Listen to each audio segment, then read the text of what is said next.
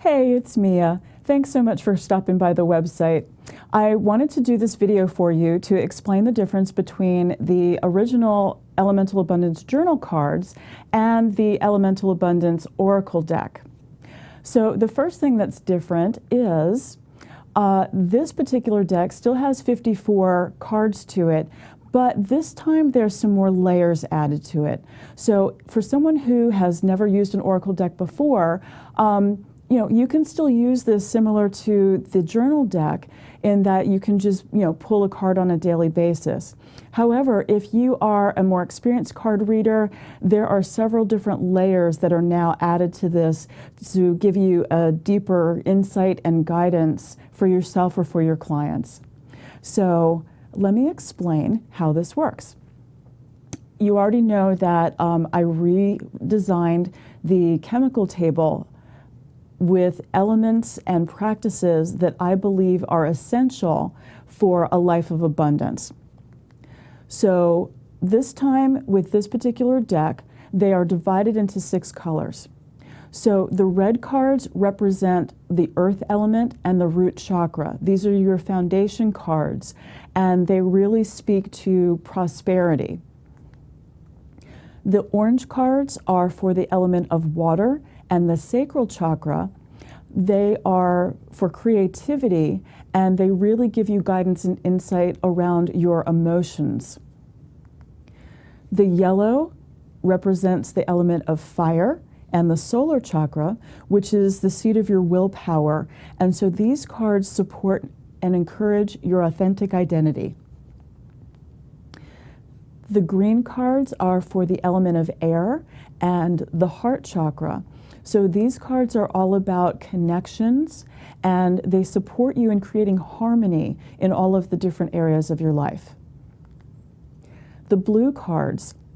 Now, I know what you're thinking. There are usually 7 chakra colors, but for the sake of this deck, I have combined the third eye and the throat chakra into one. So the blue cards represent the head chakra and also the element of ether. These cards are supporting your expression, how you show up in the world, and they really speak to and give you insights and guidance around what you're capable of. And then finally, the purple cards represent the element of light and the crown chakra. This is your inner wisdom and your connection to source. So these cards all encourage and support your spirituality. You might notice that the blue cards and the purple cards are a little bit different than the other 4. The first 4, earth, water, fire, and air, you'll probably recognize from the traditional tarot. However, for the Elemental Abundance Oracle deck, I've added a major arcana, which is basically the high cards in the blue, and then the purple cards are all represented by archangels. So that's the difference in this deck. Let me explain how the different layers are going to work. So first up, you're going to have a compass word. This is what you're going to focus on when you're doing the reading, or if you're pulling this for daily guidance. You really want to take a look at this word and what it means for you. Next is the affirmation. This is a sentence, a phrase, however you want to say that is really encouraging you to be more positive in your self-talk. You can either say it out loud if you're doing mirror work, or you can, sort of chant it like a mantra during your morning meditations, or you can write it in your journal if you choose to express it that way. This is the chemical symbol. That's just there as a nod to the origins of this particular deck. So it's the abbreviation for the chemical, but also for the compass word at the top. The chakra color is represented as the color of the compass word, the border around the image from the Hubble Space Telescope, and it just lets you know which energy center this card corresponds with. The element symbol is down there holding space in the bottom right corner, just to kind of let you know which area of your life you're working in and what support is available for you. The card designation brings together the elements, some traditional tarot, and also numerology. So this is a way of interpreting the message of the card. And I'll explain a little bit more about that in just a second. But finally on these cards, at the bottom you'll find a question, which is really an opportunity for you to gain some greater insight. So you can use it as a journal prompt, you can use it for meditation, however you want to interpret and integrate that question into your daily practice. If you're doing a single card reading, for example, if you're a novice to the element, to using oracle cards, then maybe each morning you just want to shuffle the deck, pull a single card, and then interpret it. So first and foremost, what does the word healing mean to you? In what areas of your life might you need to heal something, or is it a relationship? What does healing, how does that, integrate into where you are right now? Then there's the affirmation, which, as I said, you could say it aloud, you could write it in your journal. Take a look at what energy center is being associated with the card.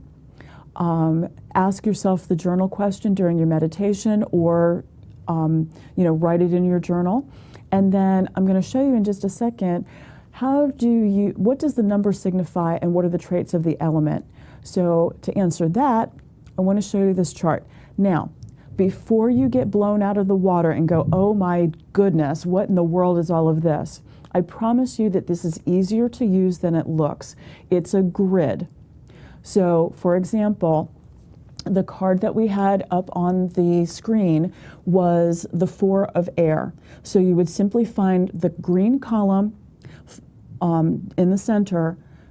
On the left-hand side, you're going to find the row with the number, and you're just going to follow the row across to the correct column and interpret what that card means for you.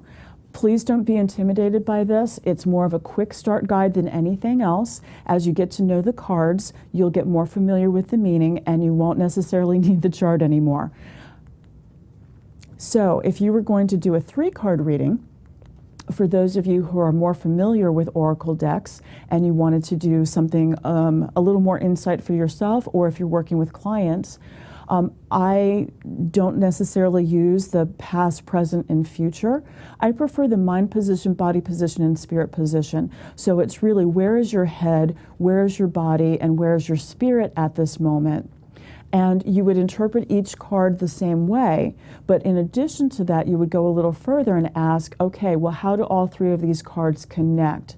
What's the common thread between them? How do these work together for my highest good? You would also kind of, see, do you understand the overall meaning? You could go back to the chart and use that, or you could simply, kind of work the way through. What does sacrifice, receive, and feel mean for you if you're at the novice level? If you're more experienced, then of course go deeper. And as you'll see, we've got 2 regular tarot cards, so to speak, and then you also have a higher arcana card. So, do you understand the meaning of this for yourself or for your client? And then finally, how can these cards inspire your situation or your client's situation? How can you encourage them and give them guidance based on this spread? So that's how you use the Elemental Abundance cards. And you'll see there's a separate page for the Oracle cards.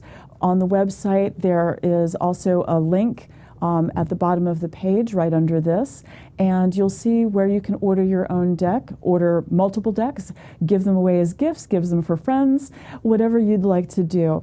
But please know that the entire purpose of this card deck was to give you a tool to help you create a life that you love, and I hope that you find these to be of service to you. I wish you all the luck in the world. I wish you great success, and more than anything, I wish you joy.